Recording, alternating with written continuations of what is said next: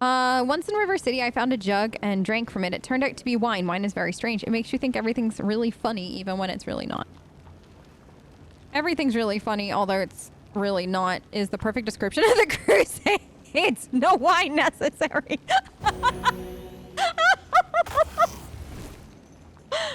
That's not wrong, though. So not wrong. Okay. All right. Now, I think there might possibly, because I tried not to flirt with Darren, but we all know I fudged that badly. So there might be a Darren flirt line as we leave. I have a hunch. But the other thing is, we could run into a... I'll take care of it. Ulbrich flirt, like there's supposed to be a flirt line with whoever. Not a flirt line. Trivial task. Oh my gosh, Abby, I'm so proud of you. There is potentially a romance line, flirt line thing. There are claws and tooth marks. Okay. If you flirted with somebody. Well, I don't know. Yeah. All I'm gonna say is whoops, but I am gonna have no regrets unless we get to the conversation part where everybody meets in the bedroom one day and is like, pick one of us. And then in which case, oh my gosh. So that's what it looks like. The famed relic of the Crusades. You might get this no matter what with him. I just know that there is a flirt line here. Did you know that the Church of Iomedae lent it to the Crusaders long ago? And then they went and lost it. What a deliciously awkward conversation that must have been. Darren takes half a step back, casting an appraising look at you and at the Sword of Valor. You look very fine indeed. See, this is definitely flirting. I foretell that the shops of Mendef will soon be full of souvenir paintings with names like the Commander reclaiming the Holy Banner. People will hang them above their mantles and use them to cover cracks in walls to keep out drafts. I might even purchase one myself to have something by which to remember the moment. I'm gonna look great in all the heroic paintings they'll make of me. Only if you live long enough for the artist to paint them, and at the present moment, the odds of that appear to be quite high. And this pleases me immensely, for your fate is in some ways intertwined with my own. The velvety timbre of Darren's voice makes this last part sound almost flirtatious. Anyway, I was talking about the power of the moment, about wanting to remember it. Since the day my sweet cousin tossed me into the middle of this crusade, I felt like I've been plunged into icy water with my hands tied behind my back. A most loathsome sensation. I'm forced to live in conditions to which I'm ill-accustomed and ill-suited, risking my life for ideals I considered to be utterly worthless. I've already missed 3 premieres in the Capital's opera season. It's an outrage. Darren stops and drops your gaze for a few moments. And do you know what the most curious thing of all? Here I stand looking at you and at this holy wall rug. And I feel that there's nowhere else I'd rather be right now. This is why I like how are you supposed to walk away? Like how? Let's see. That was long-winded. Let's move on. We have things to do. Like, it's fine. It's fine. We can be adults about this. Heart-to-hearts aren't your strong suit. I prefer it when your comments have a little bite to them. Is that a good way to be like, thanks, but no thanks? I've never done this one, and I don't want to hurt his feelings. This one is a great line, though. If you're romancing him or thinking about it, it has a great result to it. I like it when you talk like this sincerely with no sting in the tail. That one's also a good line. All right, heart-to-hearts aren't your strong suit. I prefer when your comments have a little bite to them. Darren scoffs. Your wish is my command. Here's another witticism just for you. We should thank our lucky stars it was Iomedae's military banner imbued with the sacred powers rather than the ratty old bloomers. Imagine waving those on the battlefield. Hopefully, oops, I hit my mic, but hopefully that was very not romancy, I think. I'm gone. Y'all, this man, I have such a hard time saying no. Cause he's Darren, you know? Okay, let's go buy potions this time instead of other stuff that doesn't matter. Wait, there was one. Scroll. Okay, now, I don't think, anybody has, like, anything we could possibly need. I agree. Oh, wait, never mind. Jorn, Vane, I didn't loot that ring. I was looking for it. I thought I had looted it. I guess not. All right, wait, we're just gonna leave. I didn't mean to do it that way. This is it. The end. Resonance hours. And there's so much fun stuff and so much in chapter 3. Chapter 3, if you thought chapter 2 was long, buckle in. 3 and 4 are even longer. As odd as that sounds. Okay. The legendary banner of the Crusaders is right in front of you. A drop of blood falls onto it from where? The wound on your chest must have reopened and is now bleeding again. You touch Iomede's holy banner to brush away the scarlet drop when you freeze abruptly. All of a sudden, you're aware of your own powers. You're no longer a grain of sand resisting the countless armies of the abyss. You're something greater.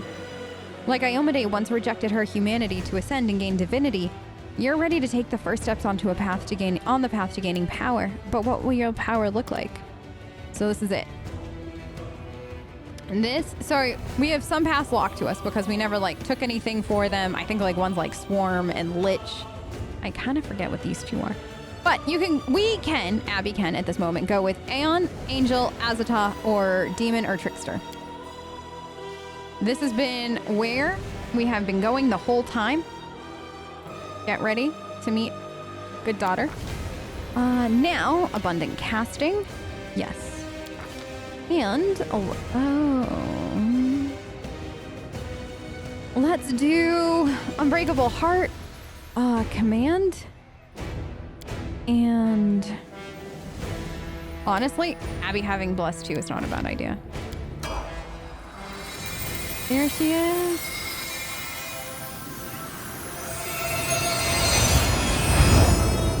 The wound on your chest closes and drops of blood spilled on the Sword of Valor burst into transparent flames. A wave of fire rushes out from the blood and across the entire banner, transforming it and blazoning it with new colors. Power descends upon you, suffusing your mortal body, remaking it in its image. It fills your body up to the brim, breaking bones, tearing muscles, while at the same time healing them. You raise your head, acutely aware that the wind of freedom will be at your back from now until eternity. So much joy. I feel like laughing. I don't even know why. A mess of an army. Well, at least you didn't turn into a heavenly angel. I couldn't live with a pious prig leading an army of equally pious prigs. Strange kind of power. Suspicious. I can't make head nor tail of it. You sure you'll be able to control it? Now is not the time to linger. We can reflect on events later. Now is the time to act. There goes my girl.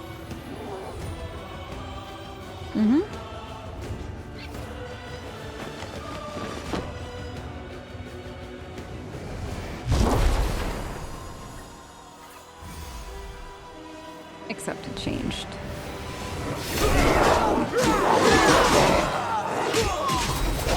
This is so cool!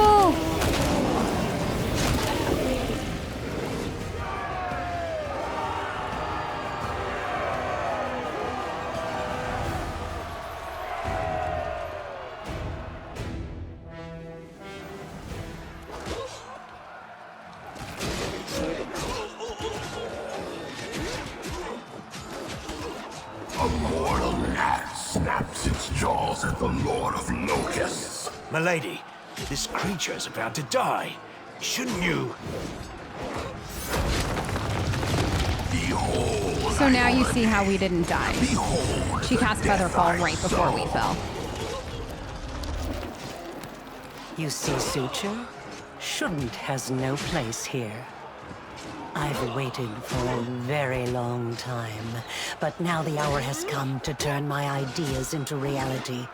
I still have things to do in Canopus, but you must leave. Go to the old laboratory. I have a special task for you. The laboratory? I hate that foul place, but I dare not disobey you, milady. Forgive me this little masquerade. Yanel says in a different voice, one that sounds vaguely familiar. Suddenly, the illusion vanishes. We've met before. I am Arilu Vorlesh, also known as the Architect of the World Wound. There's something off about the stranger's appearance, like you're seeing only half of a painting or looking at her with one closed eye. Her silk dress is expensive, and expensive jewelry are at odds with the set of unfamiliar tools and her ink-smudged hands. Arilu who? Wait. That's Arilu? Oh my goodness! I didn't. That's so cool. Ulbrig's eyes fill with blood and his fingers turn into claws. He's a hairbreadth away from lunging at her. What are we meant to discuss with one of the key figures in our enemy's army, I wonder? You've handled the power of the Sword of Valor well. Such artifacts are almost like living creatures, and they react to their own kind, shall we say. The Sword of Valor once belonged to a mere mortal who became a goddess. It seems to see something kindred in you. Touching you has left the sword irreversibly changed. Now it is your banner, not Iomede's. Although perhaps it will still stop the demons from teleporting to the city as before. Wherever you go, things change. Someone who lived dies, and someone who died is saved. Objects that were one thing become another. Why? I don't know. I wish I knew, sweetie. Ember stares at you, captivated. Without realizing it, this mad girl just asked a very important question. But for now, I shall let you seek the answer yourself. What happened to Yanel? The Yoniel you freed from the dungeon was merely a mask. Sometimes I like to wear the guise of my fallen enemies, to study them from the inside. The real Yoniel has been gone for a long time, but unfortunately for her, not permanently. Her lot is far more frightening than the one I showed you. Perhaps you will learn the truth one day, but for now, it isn't necessary. Oh, good. You helped me twice under another guise, here and at Canabras at the celebration. Would you speak to me if I came to you in my true form? Well, this will never happen again. I no longer need to hide my face. Wait a moment. Yeah. You mean to say Yep. that on that terrible day in the square, our most honorable prelate, defender of the city against foes from within and without, Yeah. stood shoulder to shoulder with the Rilu Vorlish herself, and he didn't suspect a thing? Forgive me, but it's just too sublime. Do great villains and deities often gad about in disguise like that? Perhaps we've all shaken the hand of a herald, maybe even Zon Kuthon's, and we didn't even know it. By the way, Zon Kuthon is the deity also known as the Midnight Lord, Dark Prince, and Prince of Pain. God of darkness, envy, loss, so yeah, another god. So you've helped me... Why would a half-demon Discari's favorite ever do such a thing? I'm creating something. Oh? Building. Oh. Studying how the land lies. Laying the foundation. I am called the Architect for a reason. Yeah, terrifying reasons. I'm not asking you to trust me. Good. That would be unforgivably stupid. But I suggest, just suggest, that you search. For what? Analyze. Think. What happened in old Sarkoris? What is the world wound? What is happening to you? Search for your answers. And for now, farewell. The VA that they got for Rilu is just so top tier. Like, it's the perfect blend of somebody that's kind of seen everything, but also is still, like, incredibly, like, intelligent. And you can tell that this person orchestrated all of this, but at the same time is just older and tired, right? Like, Arilu definitely puts off the mix of like still going, still like scheming, all this other stuff, but also just tired.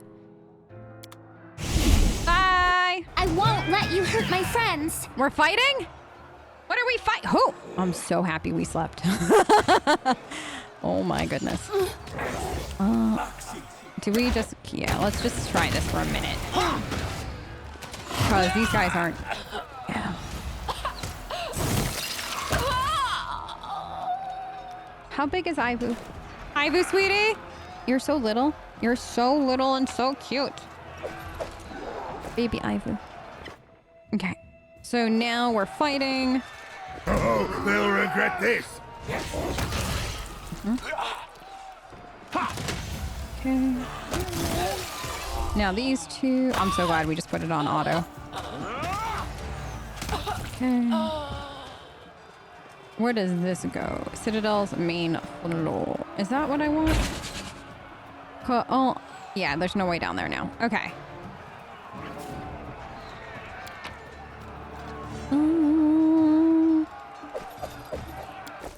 Oh, everybody's got mythic level ups. Right, I gotta go into the Citadel now. Right, we're almost there. I forgot about that. This though, everybody got mythic levels. Doubt is the heart's The world greatest just challenge. forget me. No, the world didn't forget you. They just didn't know that you hadn't left.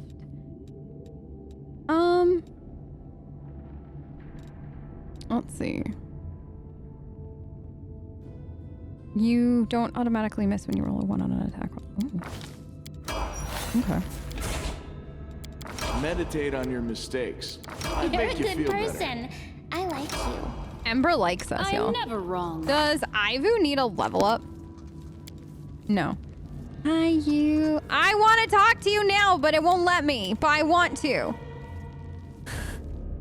I really want to talk to Ivu.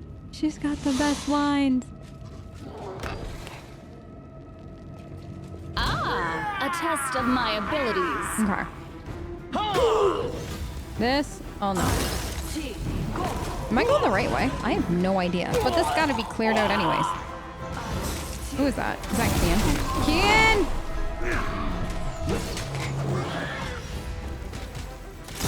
Almost there.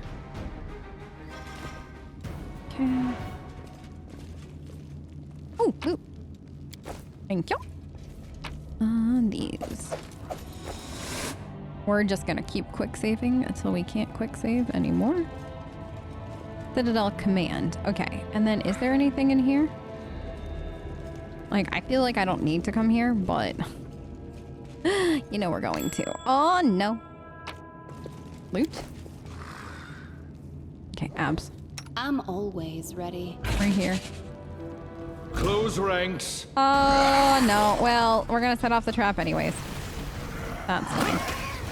Wait, where is this? Do we? I don't think I ever get to come back down here, right? Like once you take over this place. Like I think that this isn't yours anymore. What's an ominous? Like a shade.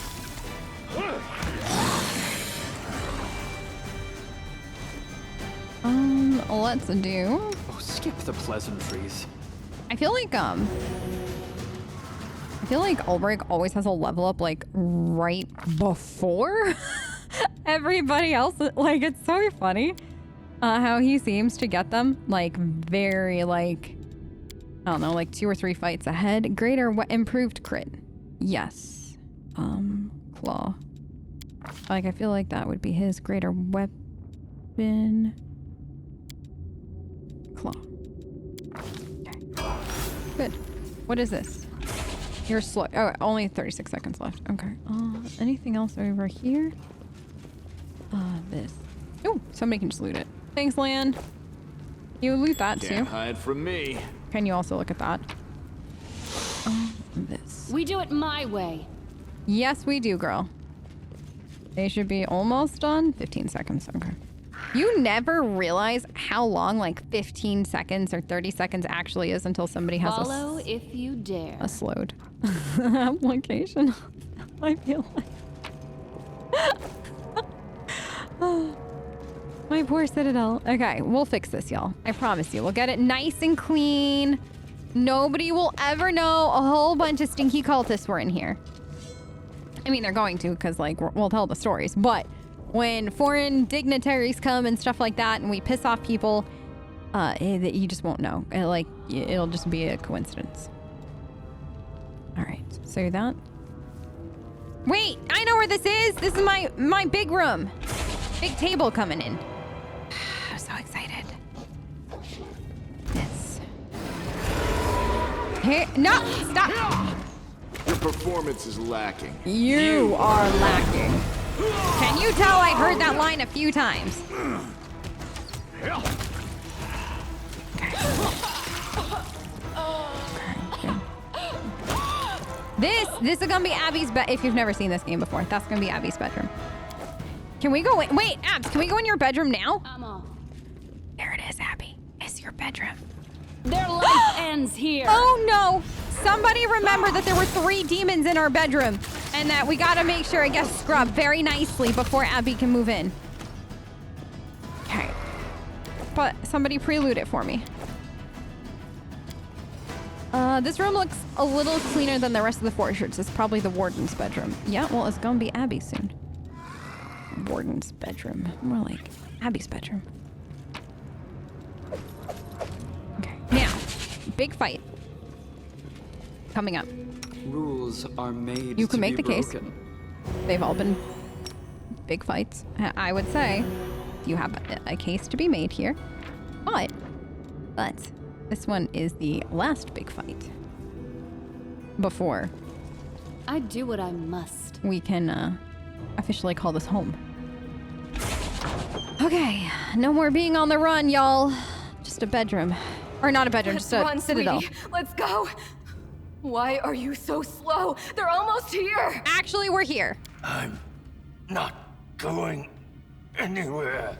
The dwarf's cracked voice sounds like rasping rusty metal. Don't you feel it? She's got that damn rag with her. I can't teleport. She's going to kill us. If she kills us, then so be it. But this is my city, and I will fight for it to the end. And you, my love, you will be with me to the end. Staunton grasps the chin of the demoness, sinking his nails into her tender skin, and pulls her face towards his, kissing her lips quickly before pushing her away. Hello, Minago. Greetings, Mr. Misery Guts. It's us again. Oh. You seem to enjoy blaming others for your problems, Staunton, but you alone have forged your destiny, and you became a traitor twice over. Of course, I regret nothing. And I'm ready to pay my dues. What about you? Are you ready to pay for everything you've done in the name of your pathetic queen? You assume I'm doing any of this in her name, though, which that is hurtful. I think that's the most hurtful thing that you could say to me, Staunton. Not everyone here is fighting for Mendev and its queen, fallen paladin. Thank you. When you crossed to the demon's side, you betrayed all mortal kind. And for that, you must pay. He's not wrong. Tell me, Staunton, why are you fighting on the side of the demons? You have the audacity to ask me that? Yes. I fight on this side because the other side didn't give me a chance. Yes, I made a terrible mistake and Dresden fell to the demons. The queen should have had me hanged. I deserved it. But she found a far worse punishment for me. False mercy. Honestly, I think I've said this before, but I do think that what Galfrey did to him, letting him live like that, and the way that he had to live out the rest of his days, was probably the cruelest punishment she could have thought of. When she spared me that day, she said she wanted to give me a chance to make amends. And I believed her. For 70 years, I've crawled on my knees, shedding my blood for Mendev. Only been spat in the face for it. For 70 years, I watched generations of crusaders grow old and die, never once changing their tune about Staunton the traitor. What else could I give for my mistake? What more punishment could I suffer? How could I ever deserve forgiveness? And one day, I realized there's nothing I can do. The Queen had doomed me to a lifetime of humiliation. And when I grew desperate, I only had 2 choices. To become my own executioner and carry out the sentence she rescinded that day, or go over to the other side. Put yourself in my place. Imagine yourself in that position. What would you choose? I don't know. I haven't had a particularly nice time either in the River City. First there was the fire, then there were lots of other things. But I'm not angry at the people. I know they didn't do it out of malice. Yeah. Ember, though, what they did to Staunton after he fudged up, they 100% did out of malice. Now, I'm not gonna sit here and, like, sugarcoat at all what Staunton did, because, like, we would not be in this position if he didn't fuck up so royally.